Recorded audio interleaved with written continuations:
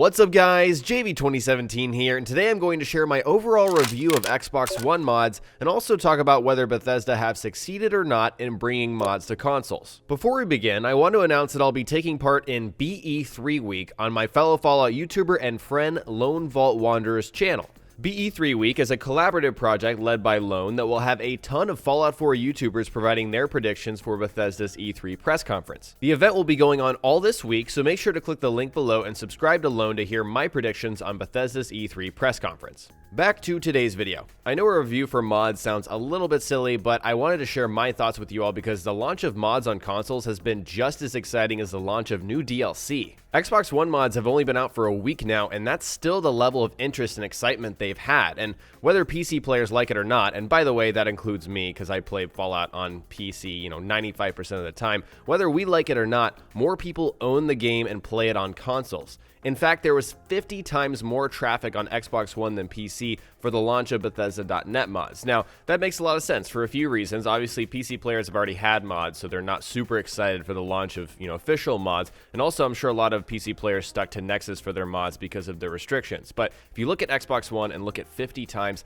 that's still a ridiculous number. What's even more ridiculous is that the PS4 has sold more copies of Fallout 4 than any other platform. So, in theory, if the player base on PS4 is still super active, then we should see even more traffic on the PS4 launch later this month compared to Xbox One launch. It's insane. And so there's so many people trying out and downloading these mods, and there's going to be even more heading into June. I would say from the perspective of Bethesda that Bethesda.net mods sought to do exactly what mods have done for PC players since Fallout 3. And the goal, I'm not Bethesda, I don't talk to them, I don't have like a secret line to Todd Howard, but if I had to guess, the goal was to bring new ways to play the game through free user-generated content created by these talented modders. And that was the goal all along. And PC players know that mods can definitely extend the life of Bethesda games for years and years and years. People are still playing Skyrim because of those mods, and they still were up until the launch of Fallout 4, and of course, people are still playing Fallout 3 until the launch of Fallout 4. The biggest barrier that was in the way of bringing, mods to console gamers were the consoles themselves, and the previous generation of Xbox 360 and PS3 was just unequipped to handle that kind of system. Now we have kind of the always-on generation, although I think they backpedaled on that with the Xbox One, but we are a lot more connected than we were before. And also, now we have Bethesda.net, which works entirely within Fallout 4 to manage, browse, and download mods easily. When Bethesda first released Bethesda.net mods, I made a few videos talking about how I still think there's a place for this streamlined experience for PC players. Some PC players definitely rejected Bethesda.net mods because of their restrictions, and also they already had Nexus. They knew what they were doing, but there's certainly a place, or I still believe there's certainly a place on PC for Bethesda.net and an ease of access, easy way to download mods and install them. And essentially what they've done is transported that onto consoles because there is no option for Nexus. We have to have it work through the game itself, and now we do. And so to answer my question from before, mods on Xbox One have absolutely succeeded, and it's really impressive in my opinion when you think about it. The launch day had some issues, the servers were overloaded 50 times more than the PC had on their launch day, and I'm sure there will be even more hiccups in the future. There's no denying that, but there's also no denying the fact that Bethesda absolutely succeeded in their goal and vision of bringing mods to consoles. Players can download custom quests, companions, fully voiced, some of them, weapons, armor, cheats, and even performance upgrades on consoles. I just made a video the other day showing people how to disable some features. That is awesome. That is so unbelievably awesome. I think it's a great triumph for all players to be able to share the unique experience of modding a Fallout game because it truly is unique. Now, it's not all rainbows and sunshine and unicorns. I have seen my fair share of complaints from Xbox One users about particular mods not working and whatnot. While it is easy to just strike down those people and say, you're dumb, you don't know anything about mods, we do have to understand that mods are a completely new feature for so many gamers that haven't touched a PC in their life.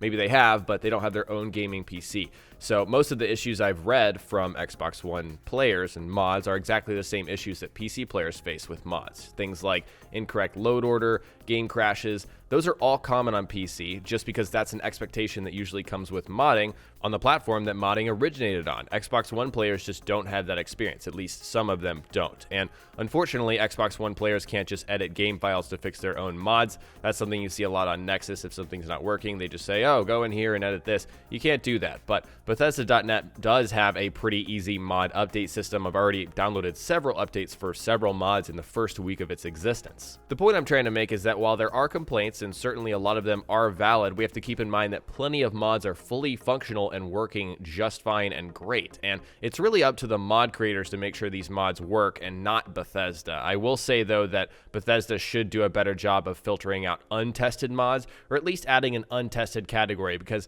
I can't tell you how many times I've downloaded a mod that says they haven't been tested yet. They've just been ported to PC or from PC, and they don't have an Xbox One to test it.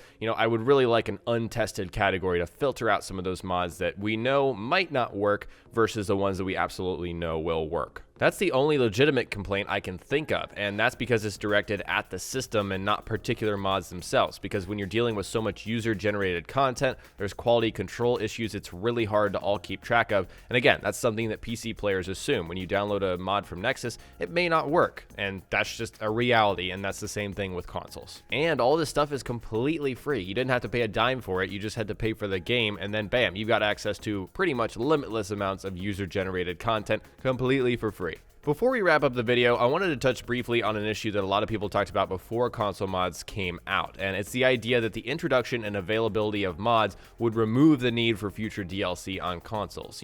Why would I pay for DLC when I could just download mods for free that can do similar things? That's the idea. And while I don't think that Bethesda plans to let mods influence their future DLCs for the game, I do think it's a lot more legitimate of an argument, or, an idea, since console players now have a lot more freedom with content. It's worth a whole nother video to talk about, in my opinion. It's probably something I'll cover in the next week. So anyways, guys, I'd like to know from you in the comments below, what are your thoughts on console mods? Do you think Bethesda really nailed it? Did they succeed in your eyes? Let me know in the comment section below. Alright guys, today I shared my review for Xbox One console mods and Bethesda.net. Next time we will cover more Fallout on my channel, so stay tuned for Fallout 4 tips and tricks videos. If you learned something new or enjoyed this video, remember to hit that like button, I would really appreciate it. And don't forget to subscribe for Far Harbor DLC, my survival mode live streams coming this week, Bethesda.net mods, and general tips and tricks videos. Talk to you guys next time. Peace!